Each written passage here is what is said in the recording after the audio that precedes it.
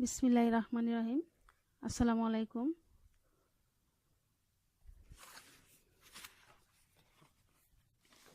স্নাতক দ্বিতীয় বর্ষের তৃতীয় পত্রের প্রথম অধ্যায় থেকে জাতীয়তাবাদ গঠনের উপাদানসমূহ আলোচনা করা হলো। বর্তমান বিশ্বে জাতীয়তাবাদ শব্দটির সাথে সবাই কম বেশি পরিচিত। রাজনৈতিক পরিবর্তন ও রাজনৈতিক কর্মকাণ্ডকে গতিশীল করতে জাতীয়তাবাদ সহায়ক শক্তি হিসেবে কাজ করে।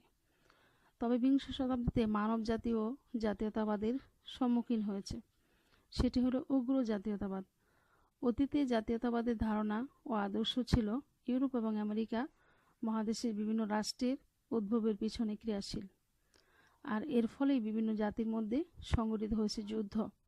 জাতীয়তাবাদের প্রভাবে সমগ্র বিশ্ব বর্তমানে জাতীয়তাবাদের যুগে প্রবেশ করেছে।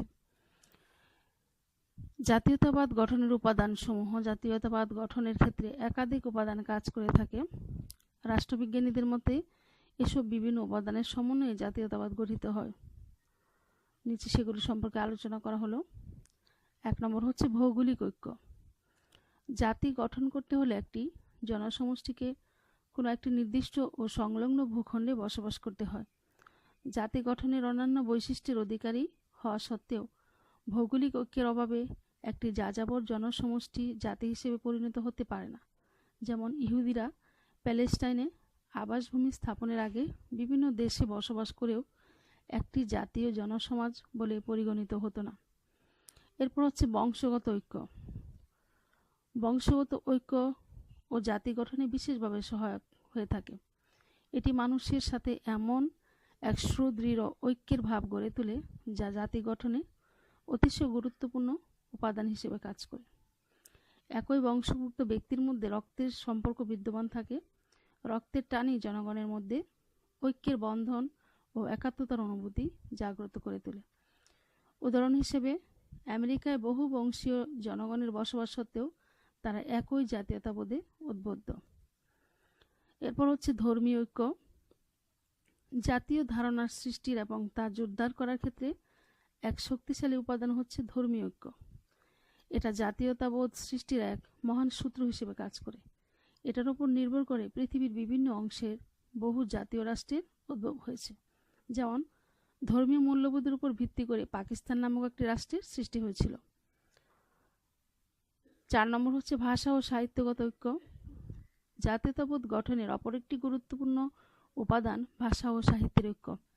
এর মাধ্যমে যে ভাবের আদান প্রদান হয় তা জাতীয় ঐক্য প্রতিষ্ঠায় এক উল্লেখযোগ্য উপায় হিসেবে কাজ করে থাকে। বিভিন্ন ভাষাভাষী জনগণের মধ্যে জাতীয়তাবোধ গড়ে উঠতে দেখা যায়।